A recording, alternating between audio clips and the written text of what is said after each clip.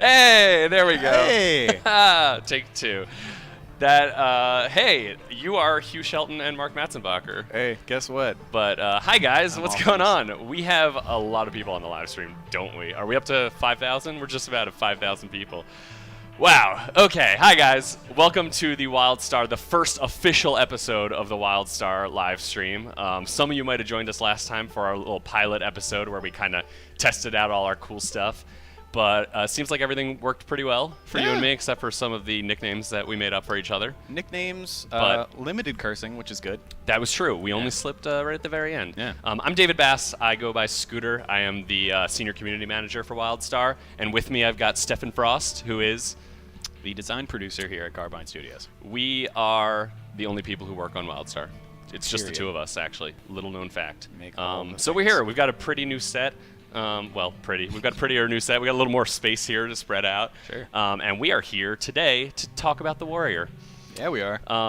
We've got some of the class designers here to come and chat with us and play through WildStar, show you guys what the Warrior can do, how awesome they are, and how fucking whoops. Oh, Whoops. bro! It's not even 3 minutes 30 seconds in. Drops the How F-bomb. badass they are. Drops the F-bomb. Badass is fine. That's safe. Okay. Okay. All right. So before we get to those guys, I just wanted to go through. We've just started this week our new class drops, did. where we are reintroducing the old classes that have already been announced, probably announcing some new classes.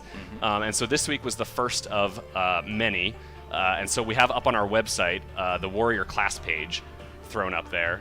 There it is. Yeah, Which, look if at you that. have not been to see it yet, is awesome.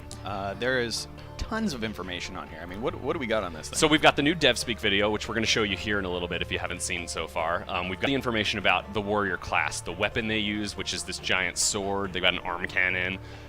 It shows all the information about that, the way you can play them, so tank or DPS, some of the sample abilities that you can use for each of those, some really awesome screenshots of the different weapons and the different armor that they have. We show, I believe, the available races. Can you scroll down that page a little bit? I want to show them the cool, sweet races and classes and stuff. Can we scroll down that? Maybe. Okay, never mind. Never mind. You That's know what? fine. You can You totally guys go should there. check it out. Yeah. We're just going to tease it. And you can check that out on the WildStar website. There we go. Oh, there it is. So Yeah. there's some lore about the Warrior. You can read up on how Warriors kind of got started as a class, as a choice that some people on Nexus made. Lots and lots of cool screenshots. The stream is actually live on the page as well. And so you can watch that stream. If you're not already watching the stream, you can go to that page and watch it. Dude, it's Inception. Yes, and we'll also have the archive of this episode there right after this show. So you can go back. If you miss any parts of the stream, you can go watch it there too. So, before we get to the actual class stuff for the Warrior, Yeah. this is a really exciting day for us because of the game that we're showing today. We're showing a brand new build. Nobody's seen this patch of the game so far. It is it's almost our winter beta build. We've Yeah. got a few more things to do with it, but it's the beta we mentioned last time ended in August. We took a couple months where the team was just very focused on addressing beta feedback and addressing player feedback. And so over the next couple weeks, in addition to showing off all the different classes, we're also going to go through all the feedback that we got from people and the big system changes we made. So, for example, one of the big ones that everyone's going to see immediately today is the new quest system. Yeah. And so, do you want to talk a little bit about how the quest system used to work? Sure. And I'll explain the changes that we made. Sure. So quest system used to be, pretty cut and dry. It would have your quest giver saying, "I need you to kill 4 Pumera. When you're done with that, just come back and talk with me."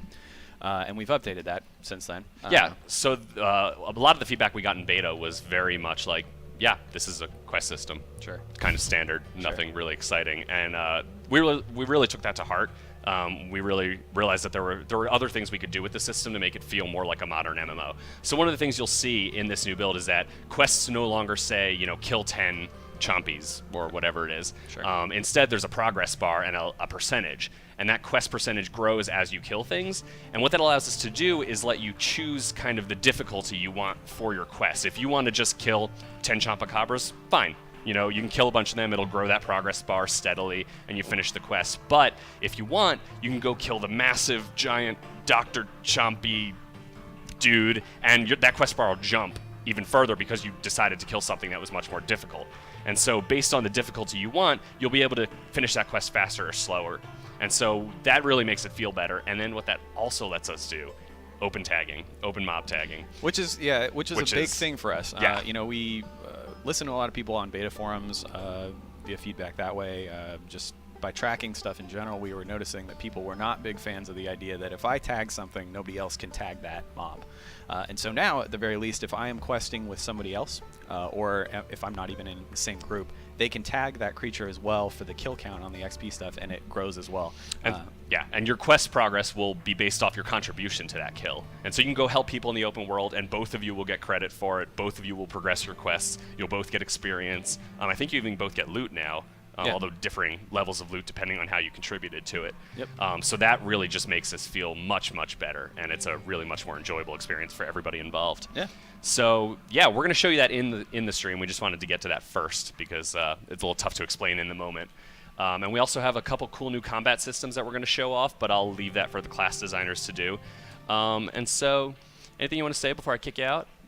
No. Enjoy the Warrior stream, and we got some other tidbits later at the end of the show. Yeah, I think Frost is going to come back to help us show something super special and secret that came up this week. So we'll invite you back after. But right now, I want to switch over and show you guys the Warrior DevSpeak video. If you haven't seen it yet, this is just kind of a basic overview of how the Warrior plays, narrated by our very own Stephen Frost. Indeed. And so you'll get to hear his lovely melodious voice one more time as we get everybody else situated. So thank you, Frost. And let's show the video.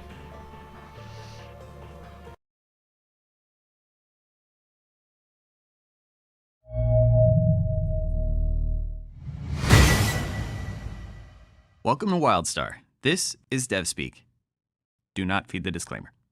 It's time to unleash the people's eyebrow of classes. He prefers to be known as the Warrior!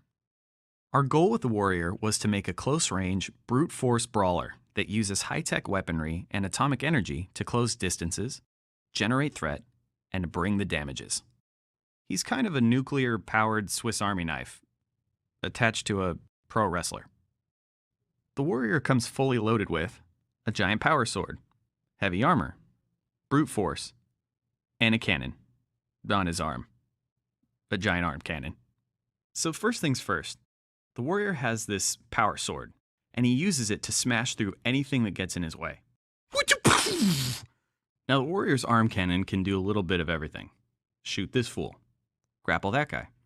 Power saw this thing. Water some flowers. Then you've got my favorite part. His 1980s wrestling moves. Bitch slap. Body check. Power kick. Power kick. Power kick to death. I mean, what are these guys gonna do? You've got heavy armor! Yeah! And thanks to limited action set, I can build my Warrior out sweet. I can roll him straight up tank, or go balls to the wall damage. Maybe a healthy dose of both? So that's the Warrior. Get your eyeballs over to the website and smell what the Warrior is cooking. And drop us an elbow on social media. Remember, the devs are listening.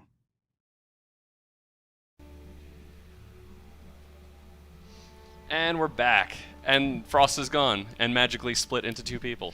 Wow. So with me, that. I've got, those nameplates are out of order again. I'm I'm Hugh not Shelton. Frost. You are Stephen Frost. Yes, No, so I I'm am the only one that's right. It's okay.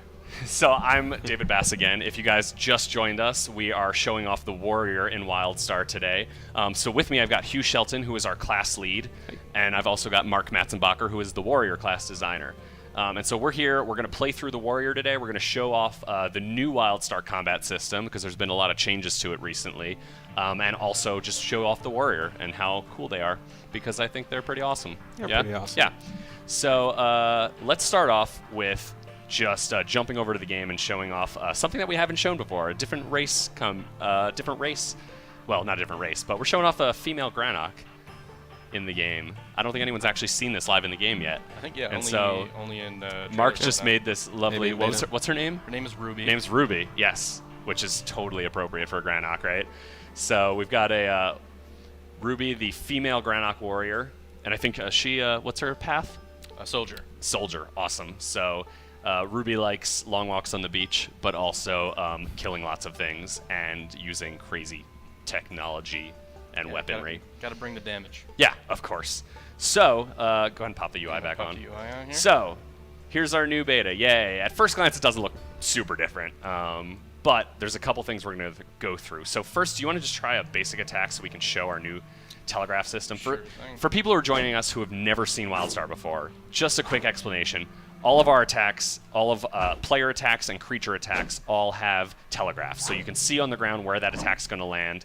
You can see enemy attacks and where they're going to hit. And so the combat is much more about positioning, about making sure you're staying out of the bad attacks, but getting as many creatures as possible in your attacks. Because as long as they're sitting in that arc, they're going to get hit. Yep. So if you keep using your basic attack, you can see that that third attack actually has a line that goes through the telegraph, and that's actually showing you the cast time. And this is a brand new thing in our telegraph system. You'll see this once he starts attacking some creatures. Go ahead and start heading out. Well, actually, you'd probably build out a little Oh yeah, action I set forgot. here. You should probably build your bar. We'll talk about the telegraphs when he starts attacking some creatures. If he went out there with just relentless strikes, it would not end up well. it would be Yeah. about as well as the rehearsal went.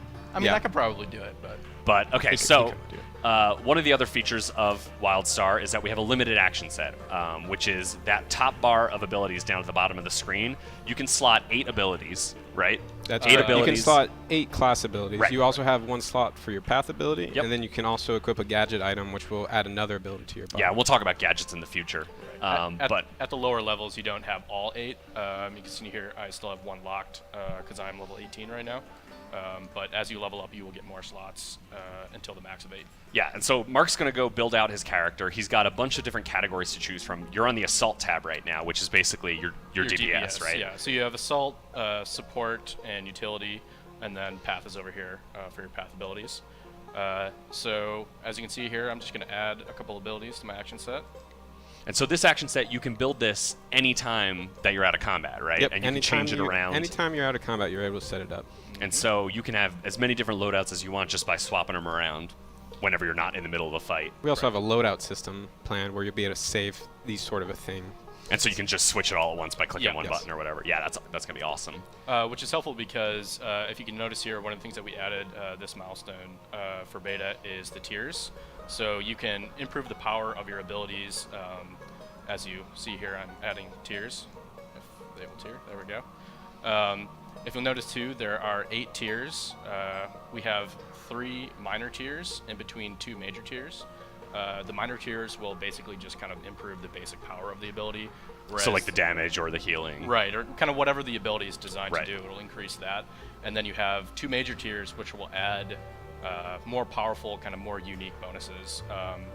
For example, for Whirlwind, an ability some people who have played in beta are familiar with, while you are channeling Whirlwind and you have the major tier, it will increase your movement speed as you're channeling, so you can kind of get around faster. Awesome. Yeah, the general idea of the ability tiering system is it's something that we added based on beta player feedback. Players wanted ways of making their character feel more unique from other characters. They wanted to make some of their abilities stronger than their other abilities. And this is our system to accomplish that. Well, this is actually half of that system. That is correct. This Right. this is the system for the ability specific stuff, but then we have another system. Do you want to talk about amps? Should we talk about amps? Why don't we talk about it when we go over the Let's do the amps after. tiering Yeah, stuff. We'll do amps. Okay, I'm sure so- everyone in chat's like, no, wait, do it Yeah, now. let's show some gameplay. Let's That's let's what play the people game. We'll come came back to it see. after. We Yeah. got plenty of time. So I'm going to save out my action set, and you can now see I have all the abilities on my bar. One thing really quick I wanted to go over as well, one thing that we added as well is the innate abilities are essentially abilities that you always have regardless of your action set. And for the warrior specifically, you have 2 stances. You have an offensive stance, Juggernaut, and a defensive stance, Bulwark, that you can just switch in between, as you see here. If he changes those stances, it changes the active abilities that are tied to the innate. So why don't we show those off once we're in combat a little bit later. And those are basically, you have one stance for DPS and one stance for tanking for the Correct. warrior specifically. So I'm going to hop out here. So we are right now in Galaris, but we're actually in a section of Galaris that we haven't shown before. I think the only stuff we've shown for Galaris, which is like a level 14 to 20-ish zone. The area we've shown in videos and screenshots specifically is the like the war-torn area, the part of it that is like the Dominion and Exile are fighting each other, and there's just lots of tanks and stuff all over the place. But this is actually a different section of Galaris, where there's all these animals and creatures fighting each other and wandering around. And further down south is actually where the Pell live. We'll head down there eventually. But that's also where you'll find Storm Talon's lair, which is a dungeon we've shown off before. Sorry, I got Sorry. a little mic Technical issue here. difficulties. We'll We all take good care here? of We all this, good? And then we'll be good. All right, so as we can see here, we have a bunch of creatures, and I'm just going to go ahead and start fighting. And you can see before you even aggro them, those creatures are kind of telegraphing themselves or fighting each other. Can you zoom in just a little bit so we can show? So you can see, here's the new telegraph. So you see that there's a giant red circle, but there's actually a cast time inside of it that's growing. Yeah, and he's actually doing a really bad job of getting out of the telegraphs. He's kind of standing on the edges of them and getting hit by them, but he could be moving out of those and avoiding all damage He altogether. could, but the advantage here of this new telegraph system is that it's much easier to know exactly when you need to dodge out of the way of something. Yeah. And so you can see there's a big swipe he's about to do. And so Mark can either interrupt them, he can knock them down, he can crowd control them, or he can just dodge out of the way. And so these, for example, these circles are actually just like clouds of gas that are just putting a dot on you. And so as that cast time grows, you know when it's going to end, Yep. but it's already started at that point. Yeah, that's one of the upgrades that we made to the system because players didn't necessarily know when a telegraph was going to end. They didn't know if a telegraph on the ground was going to be damaging them the whole time it was out. So we added things like the edges kind of are sharp. They show you that you're going to be taking damage. And there's other upgrades that we're still working on here to make sure that players know, hey, I really need to be out of there. And this is really relevant for PvP because now when you're fighting another player, you're seeing when their telegraph's actually going to go off. Yeah. So they can't just spin at the last minute and hit you because you're ready for it. Look Oh at no! This, look at this. Oh, he just got blinded. What perfect timing to talk about crowd control and breakout gameplay. So There is one other thing on the telegraph system I'd like please. to touch on. Go though. for it. I've heard things on the internet about people worrying about these telegraphs being too bright, and all you see in the world are the red telegraphs. got a little bit We of actually ad give here. players the option to adjust the opacity of those telegraphs, so that if you don't like seeing them that much, you could even turn them off completely. And maybe after Mark finishes up with this fight, we could show those options off. Oh, sure. Oh, get interrupted. Nice, sweet interrupt right there. So we explained this last time on the stream, but we've got a ton of new viewers this time. What happens when you interrupt a creature that's telegraphing and his health bar turns purple? What's that all about? So they go vulnerable for a short time, and while they're vulnerable, they take more damage. So a skilled player, or relatively skilled player, will take advantage of that by using burst damage or using their heavy attacks when they can to kind of get the most oomph out of it when they can. And so so you have, I know you have a specific combo you like using for that, right? Yes, I use kick to interrupt, which obviously I didn't fight anything, didn't do anything, followed by savage strikes, which does double damage to knock down enemies. So if you interrupt them, they are vulnerable, they are knocked down, so now you're doing even more damage because you're getting the knockdown bonus and the vulnerable bonus. I'd like to point out something based on the comments in chat. I guess that people are thinking that maybe the Arn is a pet. It's not actually a pet. It's part of a quest that you're Right, on. yeah, she's kind of following me around. The quest I'm doing is investigating some camps for for kind of like a research faction, and she's one of those members, and she's kind of following me around. So now that I'm out of combat, I'll go in and show the options for the telegraph. Yeah, this is what I was talking about Oh, before. sure. That where you can go in. We have and a you ton of new options in Yeah, here you because can there's adjust so many more stuff. the opacity of your telegraphs. You can turn on which types of telegraphs are shown. So if you don't want to see your ally heals, you can turn that off. If you don't want to see the enemy telegraphs, if you hate yourself, if you want to make combat more difficult, you can do that. Challenge. Yes. So I'm gonna Awesome. go back to Thank game you, here guys. and keep on going. So we were talking about crowd control before, and I'm sure we're going to hit someone again who can Yeah. crowd control you. But one of the things you saw from that the Scorpion dude that he can do is he can blind you. Yeah. And so crowd control in WildStar, you want to talk a little bit about that? Because it's kind of different than other MMOs. Yeah, we'll keep an eye out for it as we're going, but also in general, we always want players to be able to perform some sort of action when they're in combat, even if they are under a CC. Sure. So if you get hit by a stun, you're not just stuck there doing nothing. You're able to get out of it faster by doing a little mini game where you hit a button quickly. And then there's other crowd controls like blind that you saw where it impairs your vision. You're still able to see, but you kind of have to tilt your camera so you can look. Or kind of squint through it like Yeah, I do. so you- I'll watch this pro move. Ready? Yeah, so crowd control. Whoa. Nice save there. So one of the things that we added as well from previous beta is we had kind of prevented you from leaping, which is one of the cool warrior attacks if you were jumping, and it kind of made it a little less fun. So we added that back in, so you can kind of jump around to move around or to get Can to you your jump enemies. around? Yeah. With one of the Jump up and tiers. down. Jump around. Yeah. Look, he's jumping around. Like, yes. Nice. Also, one of the tiers for, as we mentioned, the tiers make the abilities more powerful. Oh, you're gonna die. Oh, he lives. One of the tiers allows you to use leap a second time, so you can kind of leap Whoa, in I between did not know enemies that. very fast, or if you're just moving around the battlefield as you're running to quests Yeah. or whatever, you can use it again. That's a good example of the tiers that we added that we want to change up your rotation. We want to reward your good gameplay, and we want to change up your rotation because after you've gone to a certain level, you have most of the abilities already. We want you to change what you are doing in each fight. Right. And you Oh, do so that you by actually just tiering up unlocked a abilities. challenge here. And this works out nicely because we didn't talk about challenges last time. So challenges are kind of things that pop up in the open world as you're running around questing, exploring, and they pop up based on the content that you're consuming. And so right now, you're killing a bunch of Pel, and so a challenge pops up and says, hey, keep killing Pel, I'm giving you a timer. If you can kill, I think it says 11, right, for a bronze medal or a silver or gold medal, the more you kill within that time limit, we'll give you a special reward. Right. And these are all over the world. Just everything you're doing, we want to reward you for what it is you're doing by giving you encouragement to keep doing that. Isn't that part of our layered content where we layer challenges on top of quests? Right. And so when you're doing something in the world, there's more than one thing. You know, when you're killing these guys, you can see they've got a little exclamation point next to their head showing that they're part of a quest objective. They've But they also got yeah, you're gonna do soldier it. icon Oh, This soldier is, mission. now he's showing off his path. Since he chose Yes. the soldier path, he has missions that other paths and don't those are have the access missions to. in the bottom right data Yeah, ground. that Yeah. whole right section is dedicated to your path missions. And so you can hit the G key to shoot some. What is it? I can't even see. I believe it's some kind Some of crazy experimental missile, weapon. right? Yes, that kind of Oh. knocks them down. So it gives you an extra little tool in combat to use as you're fighting these guys. And so, like we were saying with layered content, you can kill these Pel to complete a quest, to complete a challenge, and to do your path mission by shooting that crazy missile at him. You want to shoot one more missile at him? Sure will. Because that was pretty cool looking. Ready? And as you would expect, all of our key Bam. bindings are resettable, so Yes, you're of not course. stuck with having G for this one ability. Oh, knocked Oh, him down. nice. See, so you just did the interrupt with the Savage Strikes combo there, and that takes out a Yep. huge chunk of his health. And you saw the purple health bar go, which meant he was Yep. taking more damage because of it.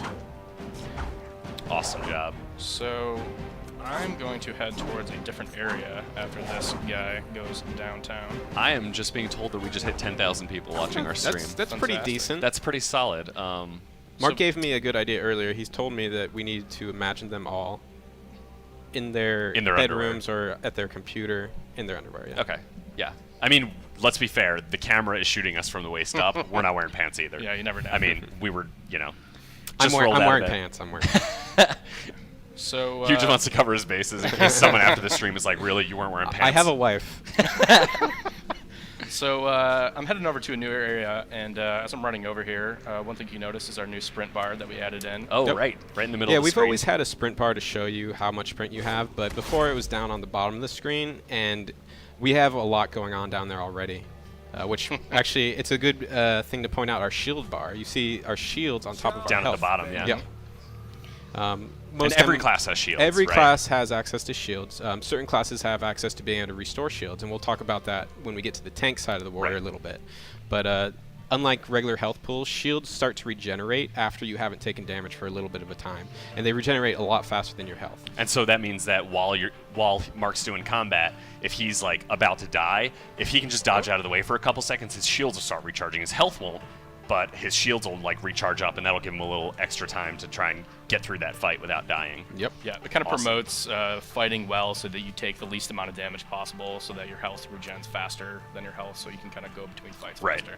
So, someone's asking on the stream, Hecticax wants to know, how big is the world of WildStar? So, or the world of Nexus specifically. So I'm not going to tell you exactly how many zones we have.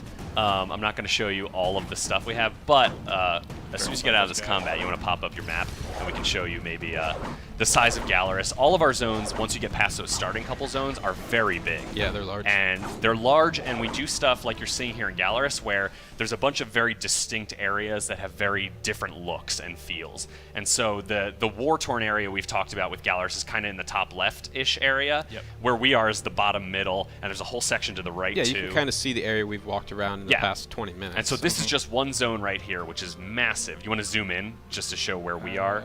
If I can remember where the zoom Is the mouse wheel not working? I don't think it is. All right.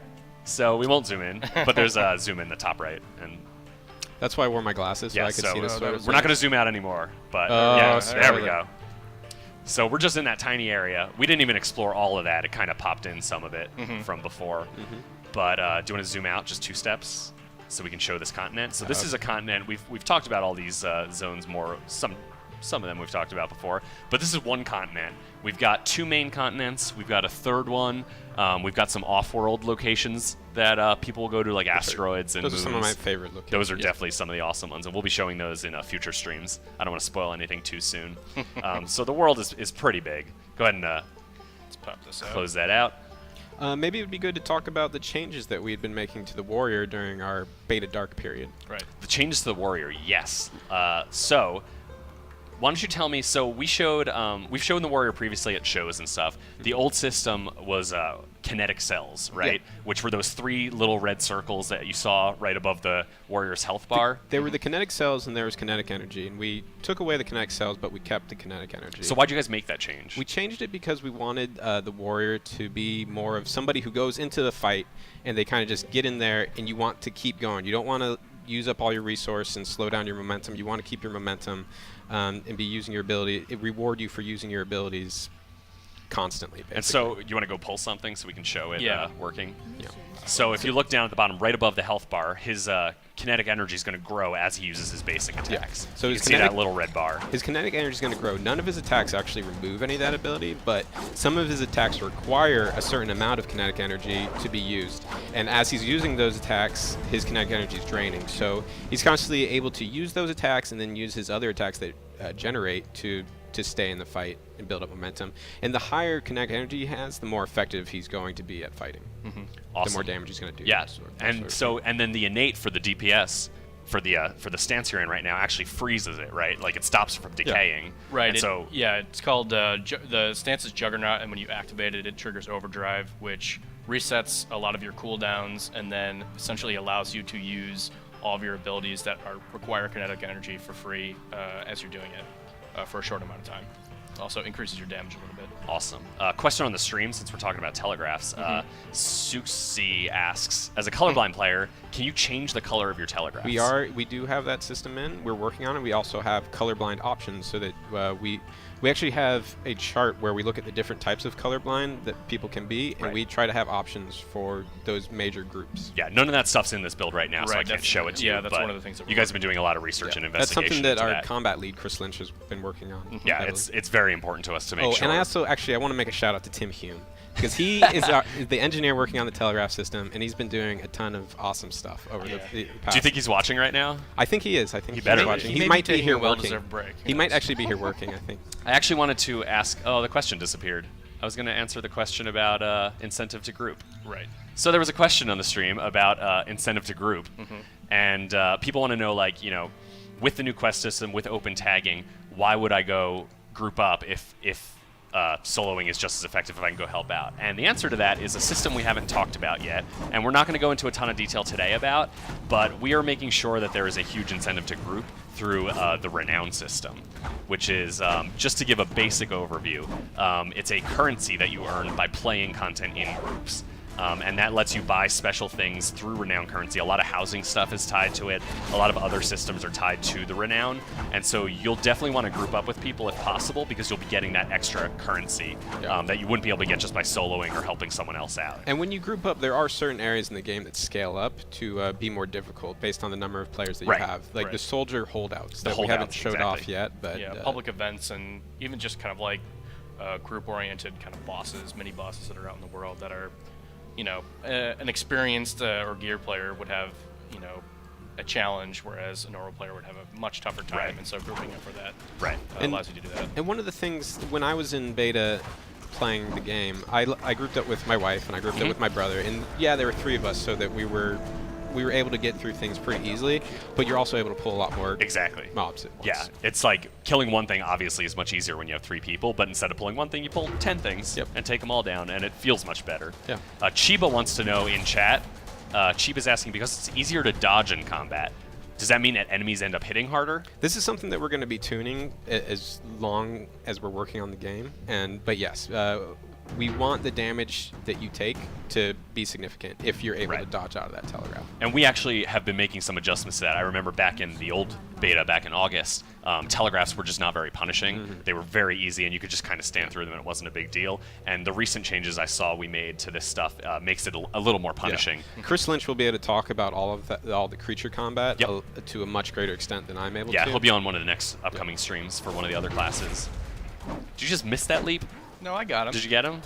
One of the cool things about Leap is it is freeform, so if you use it when you don't have anybody in front of you, you'll just jump the full distance, but you'll still do damage at the end, like when you land. So if you can aim it, even if you aren't jumping directly to somebody and they're in your AoE range, you will still hit them with damage, which is nice.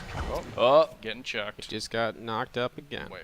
Here we go, though. And so that also means that you can use Leap as an escape in the middle of combat if you want to run It away. gives it a lot more versatility than Yeah. it used to have when it was a target ability. You can use it to catch up to someone even if you're not in range of them. Yeah. At one point, we had many target abilities throughout WildStar, and we've really, over the past couple milestones, have been cutting those out. We still have some target abilities on the healers Yes.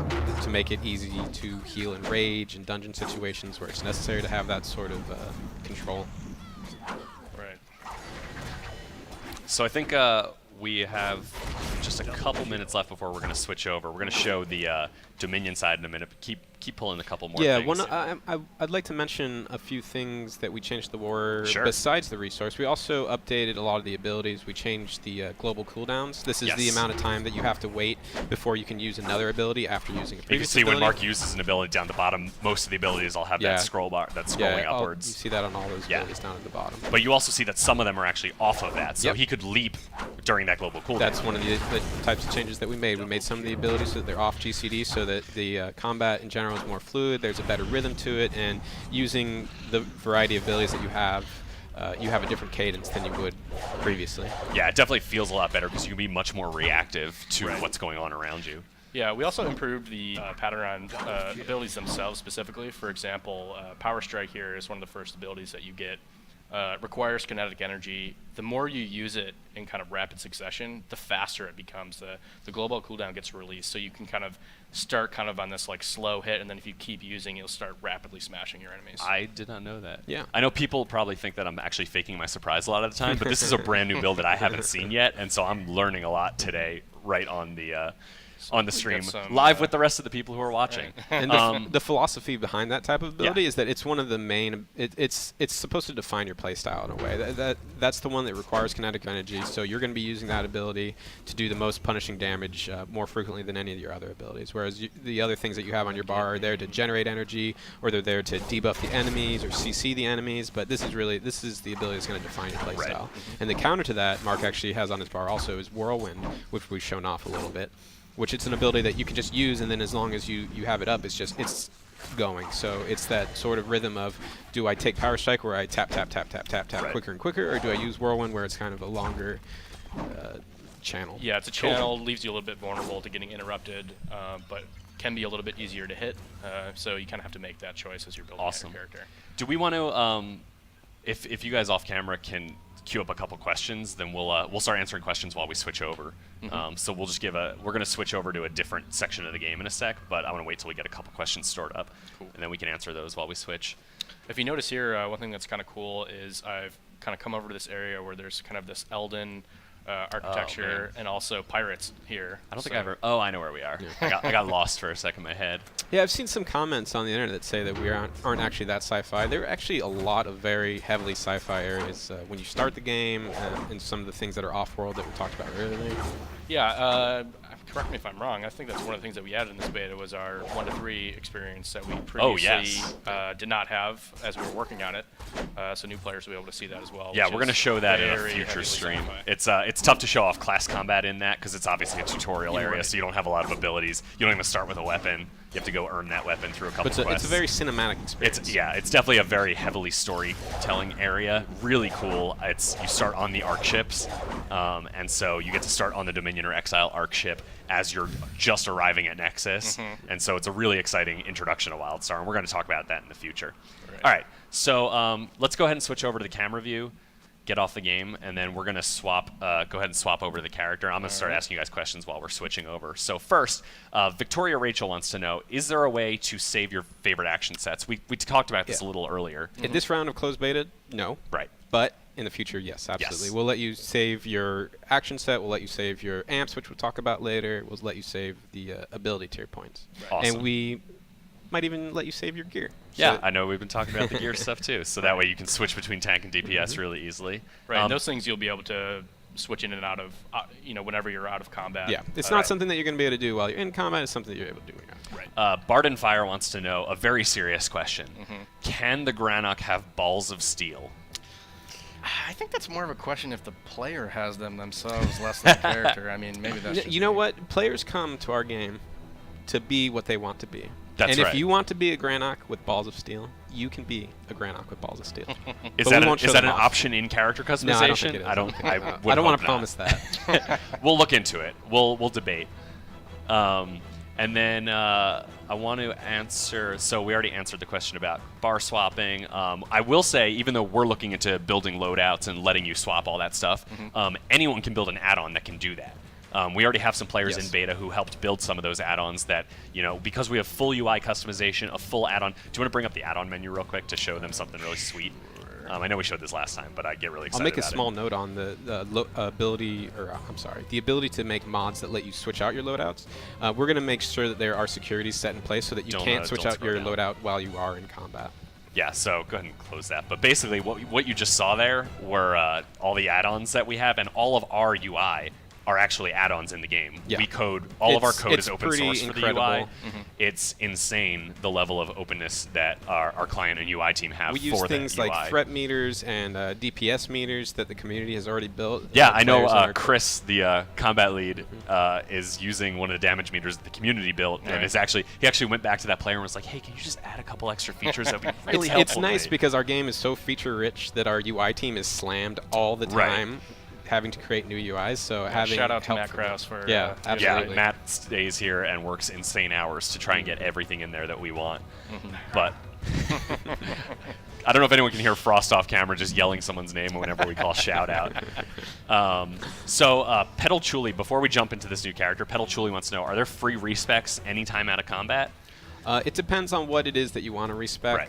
Things inside the amp system, that's going to have an escalating cost. So every time you respec your amps, it's going to cost more. You know what? and Let's more. let's show amps. Let's jump into amps now that we. So actually, let's show the Draken first. You just switched over to a female Draken, who's wearing this. I love this helmet. I've never. You guys said you see this helmet all the time, but I've never seen this helmet. You want to pop off the UI real quick? Yeah. So this is some sweet gear for the Draken. Still playing a warrior, different level. I think your level. What level is this? This is 20 now. 20. Okay. And so we got some pretty cool gear. A nice pink tail. And so, do you want to? So let's talk about amps. Super disclaimer: this is very early. Yes. This is a work in progress. This will actually not be in the first round of winter beta. Correct. No, players will be able to look at the UI, but they won't necessarily be able to spend any points within it. So let's bring it up. Whoops. So this is kind of, we were mentioning before that there are kind of two halves to the class customization side of it. So we showed ability tiering, and now let's talk about amps. Yeah. Oh man, everybody's freaking out right now, right? So Can't even see amps, chat. currently you unlock amps at level 6. You'll be able to gain a point every level up until cap level. And then maybe we might give you some more, but we won't talk about that. You're able to spend And I just want to points. say, I know you mentioned this, but this is very, very Yeah, temporary, the non-art UI UI. is temporary. A lot of the effects are still being worked on our side for like how the amps actually work. I know the UI and art team were very like, oh my god, don't show it unless you promise me you're going to tell people it's not done yet. Yeah. They don't want us thinking that this is the final art or anything I like that. think it actually kind of looks cool. I think it makes already, sense at but least, so that's the it's important definitely thing. going to be better by Yeah, the time Put some we polish launch. on it. Sorry, I didn't mean to interrupt. Go on. That's fine. And so you'll see that there's 6 quadrants inside Scroll this all the way out hex here. grid. And all of these different quadrants, well, I guess they're not quadrants. Yeah, we talked with sextants? Aiden about Sectors, that. sectors. Is it sextant? Is that It's really sextant. what it is? Sextant it is, right? a word, I'm pretty sure. We had this conversation when we went to lunch yesterday. So we'll call them trees or sections. Right. And so you can go into these different trees. You have one dedicated to assault. You have one dedicated to support. You have one dedicated to utility. And maybe I should clarify what support means. Sure. That varies on a class-by-class basis. So if you are a tank, support means it's for your tanking abilities. If you are a healer, that means that it's for your healing abilities. Right. And then besides those 3 main groups, you also have the PvP offense, the PvP defense, and then the hybrid. And you'll notice that those 3 smaller branches, they don't have points in that very center area. In this first rank. That first shaded in that hexagon, first yeah. area. They actually require you to spend points into the branches next to them to unlock those. Right. Yeah, so one thing that's really cool about this is when you start getting points, you can only put the points in these kind of like first little section, this first rank. As you put in more points, you'll start unlocking the other rank, and then finally the last rank. So what he was mentioning that for example, the hybrid doesn't have these points here. You would have to spend points in your assault rank first, and then your support rank, and then you will unlock your hybrid amps. Oops. And so you basically have those 3 tiers that go outwards in each hex. You have to spend a certain amount of points in able to get there, and every amp costs a different amount of points. Well, and so what kinds of things are we looking at inside this? Like, what are you unlocking? Is it just stats? Are there abilities? It varies a bit, but you can range from things like, if you highlight over them, we don't have the tooltip shown up, but you can see that this is giving you strike through. This is just one of your secondary stats, and it's going to increase your chance to hit, or to avoid deflects. And this is just a passive buff that once you unlock this, you just have that on you at all times. Right. And then we have other things that maybe unlock if your shields have been drained. If your shields are drained, all of a sudden you do AoE burst damage, or you blind people that are nearby, that sort of thing. So we have proc events. We also have things that happen like as long as you have shields, you have added capability, like you can't be dazed when you're running, or your sprints increase. We pretty much try to enhance every part of the character through the system. We looked at every nozzle that we had in the game, and we tried to cram that into this, and it's pretty much all for combat. And so what's the advantage going to be between going all the way down a single tree versus spreading out across them? I'll let Mark handle that. Yeah, for so really quick, to explain the different kinds of amps you have series amps like this, which you have to spend the ones that are linked together. Right, you have to spend points in the series to unlock the more advanced ranks in that series, and a lot of them will have what we call caps on them, which are essentially more powerful, more unique things rather than the series. For example, as you mentioned, this is like a basic secondary stat through the series, and then the cap has a more special event. When you miss your enemies, you get a special proc that happens. There are also inlaid amps, which essentially require you to unlock an item through various means in the game, questing, random loot, things like that, crafting, or just buying them. Once you get that item and you use it, you then unlock that amp forever for your character. So there are going to be amps on this chart that don't unlock because of the number of points you spend in there. You actually have to find them in the open world through a bunch of various ways. Right, you'll be able to sell them on the auction house. So if you can't actually find it out there, you'll be able to go and spend the money. If the rare ones are obviously going to cost a lot more than the easier to find. Right, awesome. Like this one, for example, it has a special event when you reach your maximum energy on the warrior and you start pulsing out damage, things like that. Cool. There are then also we do unlock abilities if you spend a bunch of points in them. Which will kind of be very powerful, kind of like signature marquee abilities for that. I think I saw that. That's section. you can see that in the abilities menu, right, where it shows you how you unlock it. Yeah. Right. There. Yeah. If you go back, if we switch back here to the abilities, you'll see ones that I haven't purchased, and they say at what level they unlock, and then you have your ability here that says it's unlocked through amps that you need to get. So I think we might have covered the amp system enough. There's a lot of people that are watching this that are looking more for gameplay. Yeah, let's jump right back into system. Gameplay. But I'm sure that we piqued the interest of quite a few super people. hardcore want to see this stuff. Right. And before we leave that, I want to say that we added that system based on beta feedback, just like the ability tier system. Players wanted more customization that was tied to their character rather than that was tied to their gear. They wanted to improve themselves, make themselves more unique. And I want to say that the man, the myth, the legend, sometimes people call him Karabiak, some people call him Karbosh. Aiden Karabach made that system. He designed it. We all worked together to improve it, but he's the main designer behind that system. Thank you, Frost. I was waiting for that. So I just want to remind everybody, how many people do we have watching the stream right now? 11,000 people. So if you tuned in halfway through and you have no idea what's going on, what this game is, I know we're up on the front page of Twitch, and people are probably just clicking on it randomly and like, what is this? This is WildStar. This is an MMO coming out next year, spring 2014. We are a sci-fi MMO set on this legendary planet Nexus. You'll see here we've got action combat. We've got this huge telegraph system where all of your attacks and all the enemy attacks are visible on the ground, and so you can avoid them and whatnot. this week we started off our class drops, where every week we're reintroducing a new class, or maybe introducing some actual unannounced classes in the future. And so this week was the Warrior. So we're here playing the Warrior. We'll be doing this every week for the next 6 weeks, showing off a different class live on the stream, introducing a ton of other features in the game and other systems in the game, but focusing on a different class each week. And so I'm here with Hugh Shelton, who's our class lead, and Mark Matzenbacher, who's our Warrior class designer. And so we are playing through. So we showed off the DPS side of it, and I think you are...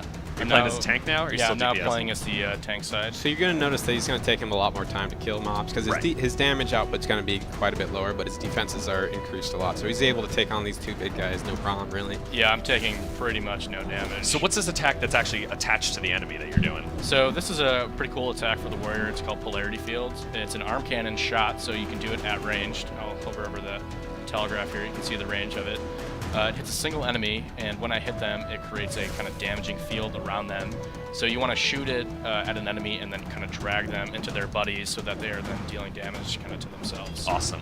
So Foofy Moonkin is asking us on the stream, are the Granok the best race for Warriors due to their stats? Like, do they get a stat bonus because they're a Granok, or are there any extra things that races get that make them better suited for certain classes? We don't want to force people to pick a race based on some stats that just make them better for PvP or PvE or whatever. We want players to choose the class that they like the looks of the most, or they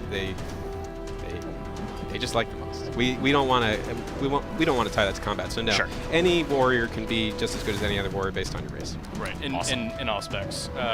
One of the questions that we had that we missed really quick was, can you change stances in combat? Right. And the answer is yes. If you do, specifically for the Warrior, it will drain all of your kinetic energy. And also the active abilities for both stances share a cooldown, which are very powerful abilities, so we don't want you to be able to just kind of like spam So it them doesn't back to reset the back. cooldown on your innate or anything like that. Yeah.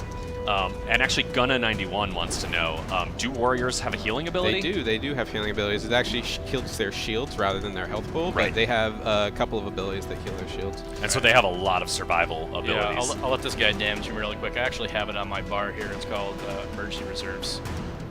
It increases my shield capacity.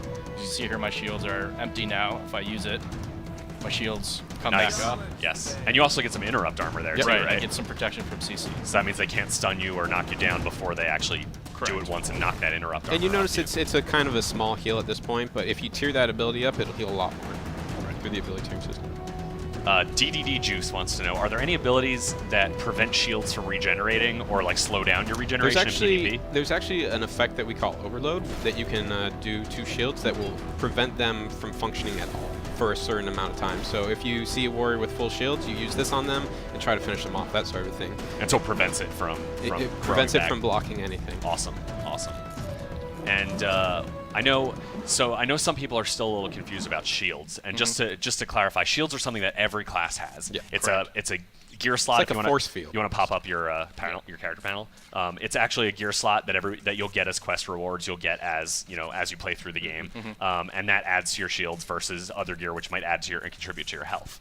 And so Right. that's something every class gets. It's not unique to the warrior or to tanking. What's unique to the warrior is the arm cannon, which is not a piece of gear. It's just part of your ability set, basically. Right. I think we are in future betas as well. We're going to be adding more stats to the shields Yep. right Oh, now. okay. They're a little simplified, and they just kind of have a shield capacity, and then we're going to start adding things like their regeneration or their reboot time, all those kinds of things. Cool. That's actually a good question. Duncan wants to know: do you deal more damage in the middle, like in the core of the telegraph, or like is the edge of the telegraph less damage? That's going to depend entirely on the telegraph that's hitting you. Certain telegraphs will have extra areas on the outsides of them that deal less damage or deal more damage, but that's all going to be based on the attack. But if it's a single shape attack, If it's a single it all shape, does the same amount of it damage. all does the same amount of Right. damage. And so you might see attacks that actually like have a circle and then a bunch of checkerboard squares outside of it, and each of those could do different things. That's right. Right. This is a good question. I think we just answered this in the Reddit AMA, maybe. I don't recall. It's been an Oh, yeah, exhausting week, but Kazridian Sorry if I'm butchering everybody's names, but Kesridian wants to know, how do hitboxes relate to character models? Obviously, like, are Chua harder to hit because they're super tiny? No, they're not harder to hit. We want, for PvP specifically, we want the hitboxes to all be the same size so that you don't have advantage just based on the character model that you choose. Although you do have other advantages because a Granok's freaking tall and a Chua is freaking small, so you're actually able to hide behind parts of the environment so that people can't see where you're at. But in terms of in terms of visually seeing you, you might not be able to be seen, Right. but you still have the same size hitbox. Yes. Awesome. Schwab wants to know. CRB Skip Dip Trip wants to know, what are your guys' nicknames? Well, Too many to count. for my me. nickname is Odds. AODZ. AODZ. Which That's no what you one go by ever on the, pronounces. You go by that on the beta forums? I use that on beta forums. I always And call in you games. AODZ. Yes, you call me AODZ. In that awkward way. That too. most people do. Yeah. And what do you go by? So my handle is Mercal. I don't think that's what your brother's asking. You want to know what my old hair name is? I mean, geez, I got too many to have. Oh, if we're talking talking about about work nicknames. Mark's brother is sitting just off camera. Yeah. He also works here. He's on the marketing team. That's Max. Max, you want to poke your head in and just wave to the camera? Hi, Max. And You so didn't get in. Max is off to the side making didn't get fun of in. Mark. You were not in the shot, Come on, but come it's back. fine. Come behind us. He's He- the older he- brother, so he thinks he's got rights to kind of give me shit, and I don't think that works. And so I'm really excited to answer this question. Schwab just wanted to know, did I just hear double kill when you killed multiple people at once? Is that like a bonus or something? You Yes. definitely hear double kills and triple kills. I don't know about. I can't say with 100% certainty the XP bonus. So those are recorded by the great and wonderful Fred Tatasciore, who is the narrator in our game. So he yells out when you get double kills and multi-kills. And, something that Frost just revealed on a Vine that we should maybe show off as soon as you're out of combat, if you want to gain a level for us. Sure. As soon as you're done with this fight. One thing really quick before I Yeah, go on. defeat this encounter. The double kill and things like that, I'm not sure if you get experience, but one thing you get is what we call momentum buffs. Yes. Which are essentially kind of like rewarding buffs that you get for playing well. If you're They're the skull buffs that you can see on your bar right down now. here. They are if you dodge telegraphs, interrupt enemies, you Multi-kill. get killing sprees, or you kill multi-kills like the double kill if you kill a bunch of enemies very fast in succession. And there's a variety of buffs, but the end goal of them is to make it so that you're able to get through combat faster. You're rewarded for good play by getting these buffs, and then you're able to continue through your quests even faster because you have these buffs on. And I like it. It's kind of a cool balancing act because you get those buffs also from like jumping from fight to fight and continuing without stopping. And so there's that balance of like, I'm at half health. If I wait and heal myself, I'm going to lose all these buffs. Do I go into another combat? Like, I have these buffs that'll make me stronger. Can I last longer? And so it's kind of fun to make a little bit of a decision there of whether you want to pause and let those buffs fall off. It's actually just another one of those small systems that we have that we kind of take for granted a little bit, but Right. it's actually pretty cool. It's really cool, yeah. Yeah, it actually, the thing that's really nice is it kind of all goes back then to in the build that you have for your character, you know, what abilities do you have, what tiers are you using, and what amps are you using. Yep. So if you have some sustain, you know, healing abilities like emergency reserves or other things that allow you to kind of survive longer at lower health, then you can kind of just keep going in combat and keep those chains going and get the momentum. Okay, before you pull something, All right. do we want to show? You want to spin the camera around so All we right, can see yeah, let me this? turn off And the- we're gonna all right. not talk so everybody can hear the gloriousness Yeah. of what is about to happen. Quiet on the set.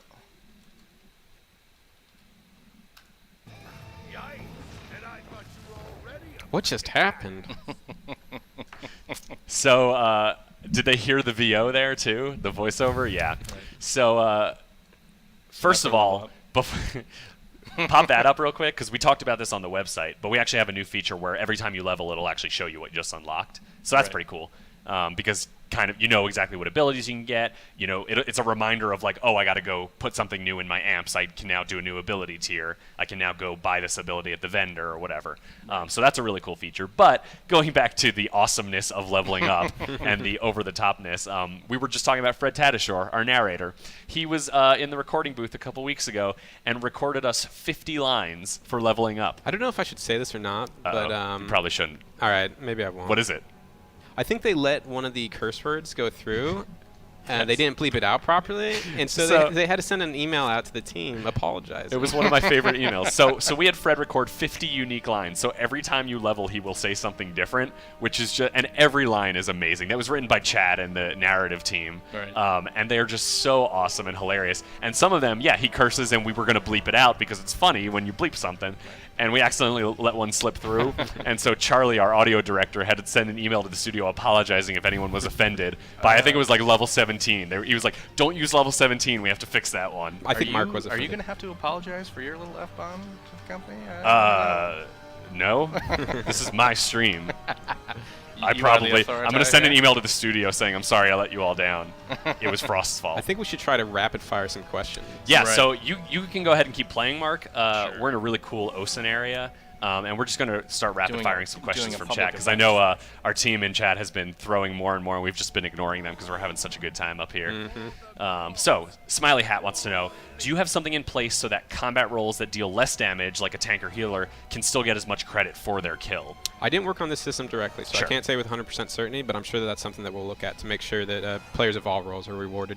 Yeah, we're making sure that there is a reason. I mean, especially in PvP, I know we track some stats for tanks and healers to make sure that they are get that reward for participation, even though they may not be doing damage. In PvE, that's because it's a very new system. I don't know if it's in right now, but I know they want to look at that sort of thing to make sure that if you're doing something, you're solid. Yep. So Isku wants to know, will armor type actually have an impact in combat mitigation-wise? And so how do you plan on balancing heavy armor versus light armor? So the way it works is actually kind of simple. It's that heavy armor gives you more armor than medium and light armor, and your mitigation is increased by quite a bit. Do we balance that with damage? We actually do balance that with damage. So classes that are able to wear heavy armor, you're able to wear it right from the beginning, and you actually get less assault power and less support power from your attributes than the other classes do. And what assault power and a support power are, they're basically what the sources are that we use to tell how much damage you do. So if you have brutality on a warrior, you gain assault power, and the more assault power you do more damage with your assault abilities. And so that means like a spell slinger that uses light armor They will have, by default do more by damage default, than a they have heavy a lot warrior. more. Yes. But that also depends on how you build it, too. And you're also able to counter that a little bit by your stance. So if when he's in his DPS stance, he actually gets a boost up in his assault power, but he gets a subtraction to his mitigation. Right. So I kind of become a little bit more evened out. And so Snuff197 wants to know, tell us about the PvP system. There will be arena, right? One of my favorite parts of the game is PvP. Of course. We do that maybe the most on the class team. I don't know if that's and good we're to gonna, say or not. I will say we're gonna do a stream sometime in the future. It may not be during the class. Well, it might be near the end of the class stuff. But we're gonna definitely show off PvP. I know that's what people want to see. A lot of people want to see us battle it out. Some people want to see certain people in the studio battle it out specifically. But just to run off all the things that we do have arena. Yes, we do. We do have battlegrounds. Yes, we do. We do have dueling, and then we also have war plots. Yes, and arenas specifically, because I know that's what he was asking about, were 2v2, 3v3, and 5v5. Yep, the kind of the ones you'd expect. Right, and we'll get into arenas, battlegrounds, and war plots on future streams. I know people really want to know about war plots because we haven't really talked much about it at all. I think Jen will be able to get into that. So I think I got time for maybe one more question, and then we gotta wrap it up. I want to bring Frost back on for something special. It's going too But fast. actually, you know what? Let's keep going for a couple more minutes. We got a little more time. We got some extra time. Give you a little bonus. I'm getting the signal to wrap it up, but I'm like, no. You know what? No. I'm just gonna keep going. He doesn't care Yeah. about what other people have to go do. I'm just gonna sit here all day. It's fine. So Tokadiniho. Yeah, I got that. Yeah, Tokadiniho wants to know, are amps only passive skills and stats? Besides being able to get the passive skills and stats, you're also able to unlock abilities that you can use in your limited action set. So And we showed that before in the abilities bar. Right. Yes. Yeah, so there are right now currently 3 abilities that you can unlock via amps. 1 support, 1 assault, 1 utility. Right. And we'll look into how that works once we put it into beta. These were kind of abilities that we used to let everybody get, but we felt like they were really strong if you could use them on those other roles. And so we really want to reward you for sticking with a single path to going all the way down the assault tree, for example. It also allows us to potentially even maybe increase their power a little bit. Absolutely. Because we have to invest some points Right. to get them and whatnot. Roni Heat wants to know, are paths giving more abilities important for cookie cutter builds? So do certain classes want certain paths to in order to maximize their roles? The path abilities, we switched those up in this last build. We made them so that they're all non-combat abilities. They're things that are for quality of life. They're like create a food table sort of thing so that you can regenerate quicker when you're out of combat. They're things like out of combat only speed buffs, or create a portal to a capital city, that sort of a thing. And so we didn't want your path to be tied to combat. We wanted your path to be tied to the playstyle that you most enjoy to play. So we didn't want to force people to have to be a settler every time they're over here. So do you have a couple examples you can give of what like path abilities are? Well, those were kind of the ones that the portal to the capital city. Sure. So you're able to get that as, I forget which path exactly gets that. As an explorer, you have an ability that you're able to drop a teleport pad at your current location. You're able to get a certain distance away from it, and then you're able to teleport back to where you place the teleport pad. So that's really useful for missions where you're exploring an area, you're platforming to get up to someplace high, and you want to get back to the start really quickly. Right. That was a lot of the path abilities came out of the path team and the class team working together to make things that would work and would be interesting and cool, but wouldn't affect combat. Is it right to say that we're making sure that there is no need for that you will not need a specific path to make sure that your class is optimized? Is that the goal here? Yes, that is the goal. Yeah, we just wanted to decouple. We didn't have to worry about min-maxers all being soldiers and things like that. We want you to be able to just choose the kind of content that you want to play. But then we do have gadgets that you can get, which are anybody can pick up these gadgets, and they're kind of more generic type of abilities that could potentially fill up gaps that your class might have. So there's gadgets that heal, there's gadgets that restore shields, that sort of thing. But they're not restricted by class or anything. You just find them or pick them up or buy them or whatever. All right, so I think we're all done with submitting questions. So if you're still trying to submit questions in chat, we've got all we need. So thank you guys. We're gonna read the last couple ones.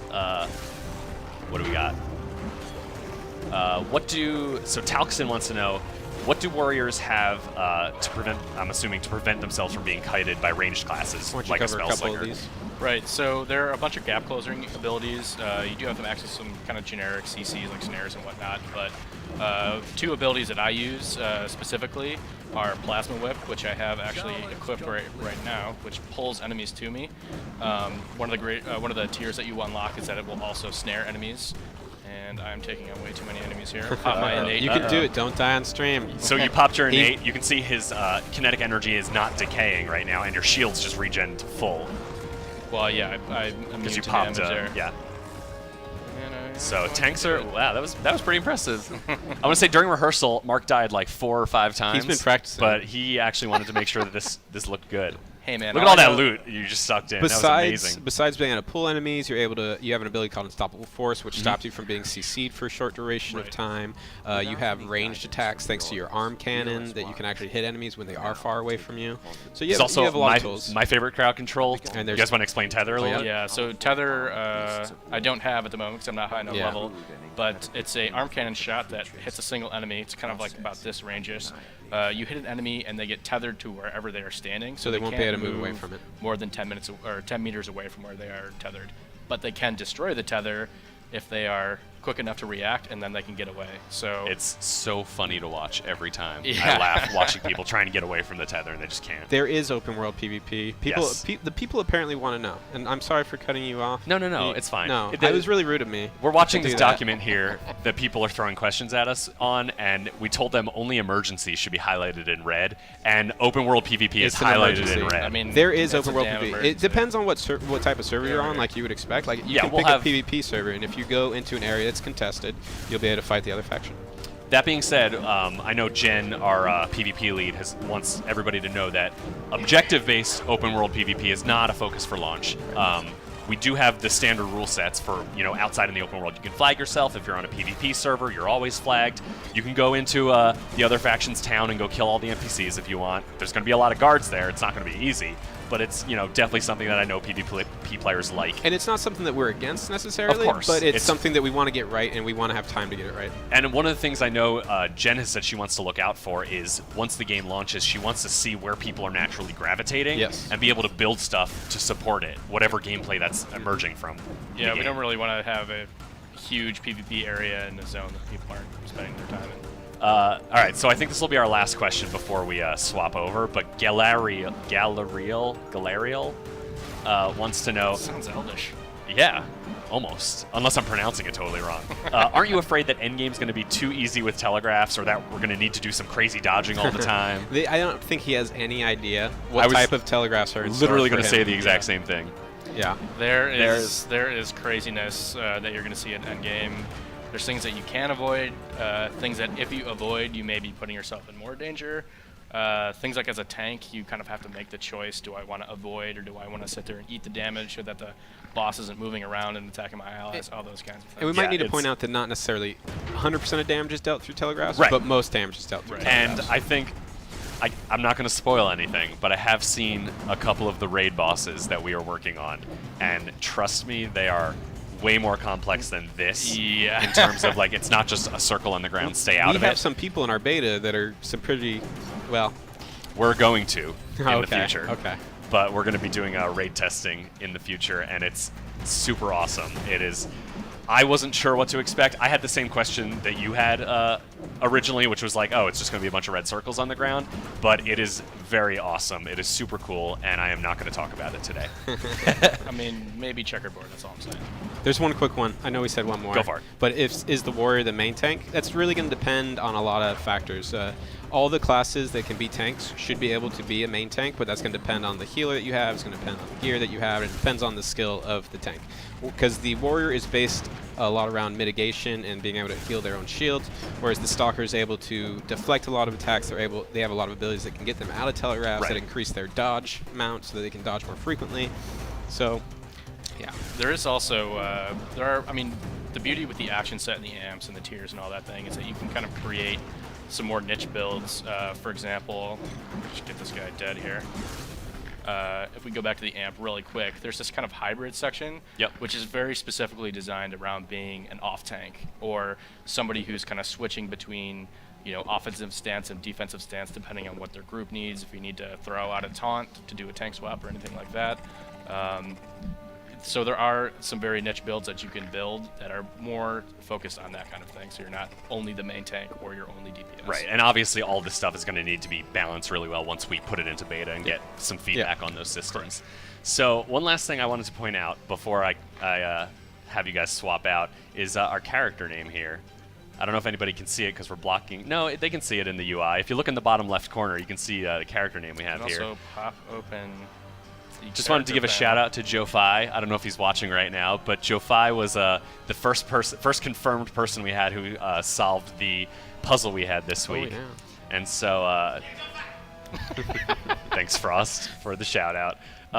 So yeah, we just wanted to give him a little shout out and congratulate him. Speaking of the puzzle, I want to thank you guys for being on here. Thank you for having us. I'm going to have Frost on here for one little last surprise, but really appreciate it. I am sure you guys will be back in the future for some other things. Yes, we will. Thanks for watching the stream. Yeah. Thank you to everybody out there who is interested in WildStar. So don't go away. We are still here. I'm just going to have Frost jump in and have one of you guys jump out, or both of you guys jump out, so we can do one last final thing. Go ahead and camp. Cool. So go ahead and flip your mics up. And now I'm all alone on the stream. So yeah, go ahead and log it in. And then while we're doing this, I have so I just want to remind you guys before I forget that we're still taking beta signups. Winter beta is starting very soon. We've shown off today one of the early versions of this new version of WildStar. There's a lot of changes in there. We're going to need lots of feedback, so we're going to be ramping up beta pretty fast. We're going to invite all the old people back. We're going to invite lots of new people. And so it's really exciting. So go to wildstar-online.com and sign up for beta. And then what else did I forget? Hello, Frost. Hello. How are you? I'm great. Welcome back. I'm going to move Thanks. this chair out of the way just right. a little bit. Whoop, there goes my headset. Easy, bro. So, Well, so there's one thing that we forgot to talk about, but we didn't really forget. So didn't, earlier yeah. this week, we launched the WildStar Warrior Dev Speak. we did. And hidden in that disclaimer was a little bit of a puzzle. I would say it's more than a little bit. It was dastardly, It perhaps, in its construction. It was awesome, is Yeah. what it was. Our very own Chris Hennell, who was part of the cinematics team and also known as Disclaimer Guy. AKA. put together that puzzle, and through the ingenuity of the community, everybody kind of came together and worked through it and discovered a little preview of something cool we have in the game. I'd also like to say, we've been in a bunch of conventions, done some interviews, that sort of thing. My goal with this was that somebody would poop themselves. And did they? Would you say that they did? I got a couple tweets saying, Daddy, I pooped myself. So. Are you sure that had to do with WildStar? Are you sure that is what they were referring to? Daddy, totes pooped myself because of hoverboards. Thank you. If anyone's wondering, Frost will not be joining us for future streams. What? But thank you. You mean Daddy? All right, so let's go over and switch over to the game and show what everyone wants to see. That's right. Oh, dude, hoverboard. Hoverboard, which is, there you go. So, yeah. So we got hoverboards in the game. So something else I'd like to point out. Oh, dude, don't get attacked by Oh, wolves. God. Oh, please go. Our mounts have health.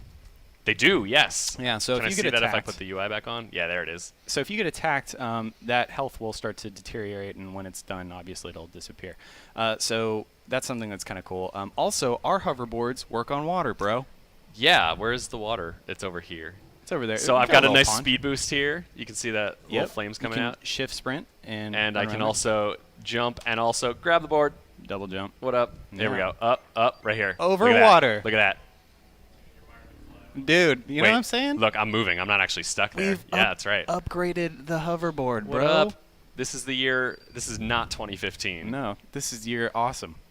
So yeah, this is you're not. welcome. I know some people were asking this, and I know Jeremy Gaffney answered in Reddit. This is not the only mount we have. This is just one of many awesome things we have planned for WildStar. But we wanted to show this one off since you guys solved the puzzle and found Mark Humes, our UK community manager, says you need power for us. I do. Ultimate power. Yeah, You what know up? what? This is probably one of my favorite mounts in the game, if not the favorite. But we've got some really cool ones too that we'll show off later. And a lot of people were saying, you know what this might lead to? You know what would be awesome? Hoverboard races. And Jeremy Gaffney, right before I came on today, said to me, hey, make sure you mention that we would love to do hoverboard races someday. That would be super awesome, and we have nothing against it, and we think it should be everywhere in the entire game. Agreed. So that's not to say it's in there right now, but I know that it is something that the team thinks it would be a natural progression here. Also, something that I like to do in capital cities is grind rails, yo. It's not like Oh, I'm not as good at that as you are. yeah, well, it's not like Tony Hawk or anything where you're like glued to it, but sometimes just riding around, just hitting the rails. Also, I just want to point out, because we've never really played Algorok at night. It's night here in Algorok. Yes, there's a day-night cycle. Yeah. And right now you can see there are these sleeping cow things. They're called roans. So guess what I'm going to do? I'm going to tip them. Dude, it's a challenge. So Challenge. we do have day-night based challenges like this one where I can tip cows when they fall asleep at night. And I just thought that was hilarious and had to point it out. It is hysterical. So I think that's it. Mark is trying to make you do various impressions through our doc here, I see. Yeah. But Oh, shout out Brizzick for the hoverboards, and also Doug Kaup for working on and this. yes, Man, both of those guys put in the time. This is just a testament to our dev team here. It was a side project that these guys were working on in off hours. And Oh, God. they just Oh, God. oh, dude, the cows are pissed at you. And you know what? It was awesome that they just did that in their free time, brought it to the art director and a couple of the other directors, and said, we need to put this in and the it game. is as amazing as everyone wants it to be. Yeah, and as it all is of us, awesome. it's way cooler than any of us expected it to be. Yeah. most So, that about wraps it up for us for this episode. I want to remind everyone to go to the WildStar website. Now that we're doing these class drops every week, we will have a specific page up for each of these classes with all the details about the class, some examples of armor sets that you can look at, the different weapons, the different abilities they use. We've got dev speaks for each of the classes coming up. And also, if you missed any parts of this live stream, or if you're telling your friends about it later, send them to the WildStar website, to that class page, and we'll have the archived video up of the live stream, so they can check out the warrior. They can see everything we did, every time we died or messed up, anytime we said profanity on the stream. I'll try and cut that out, but I probably can't. Probably can't. Probably can't. It's there forever. Thanks. So anything else you want to say, Frost? Look forward to the Esper next week. Oh, you know what we should talk about? So the Frost. So Chad Moore, also known as Pappy, our Pappy. narrative designer, our Pappy narrative Moore, lead okay. here, He sounds kind of like that. Dude, all right, lore for the WildStars. He sounds literally like that, actually. He's been talking a lot of smack lately about your skills at PvP. Right. I just want to point out, I will decimate Pappy. You know what he does for a living? He writes things. Okay? Yeah. You know what I do for a living? Snap necks and cash checks. Okay? That's what I do. And So- I'm going to do that to Paps So live we're- on the internet. We are planning a live match between Frost and Pappy sometime in the near future during one of these streams. I think we'll do it right after one of the streams, after we show off one of the classes. So we're looking into doing it. I don't want to promise, but it might be next weekend during our Esper stream. I know that I asked you're around, and I asked Chad, and he said that he had to ask his wife for permission. AKA I don't know if that's Pappy's true. scared. I don't know if that's true. Doesn't I also know wanna he was know. trying to be like, well, maybe we should bring in Jen Gordy and she can show me how to do. He's scared, dude. You I- know what? I don't know, man. I mean, here's the thing. I got things to write. I don't know if I can fight Yeah. Frost because he's way better at me than everything. So we'll see if we can do it next weekend. It's going to be pretty awesome because I think Chad has no idea what he's in for, and I've given him plenty of chances to back out of this, and he's all like, "Dude, I got this." Dude, I've been training with you. All right. That we've been listening to. You've montage literally been working music. with the people who make the classes. Bro, I'm on the computer. They're like dabbing my head to get the sweat off. 'cause So I'm training so hard. This should be a pretty quick fight. We'll leave maybe 30 seconds at the end for it because I think it'll just be done, dead. Oh man, you know what? I can't wait for him to write how great his death was. Into By the then. game. Yeah. We'll make it part of the official WildStar lore, Yeah. the death of Pappy. He was smote on a specific day. We'll have a little gravestone for him. Yeah. I actually want to do this now. All right, that's it. We're going to wrap up. Remember to sign up for beta on our website. Subscribe to the Twitch channel. Click follow right underneath the Twitch stream so that way you get notified whenever we're going live. Follow us on Twitter. We're team_WildStar. Follow us on Facebook. That's facebook.com/WildStarOnline. We are all over the place. We're everywhere. And we will be back in 1 week showing off the Esper. So have a great weekend, everybody, and thanks for joining. Thanks, guys.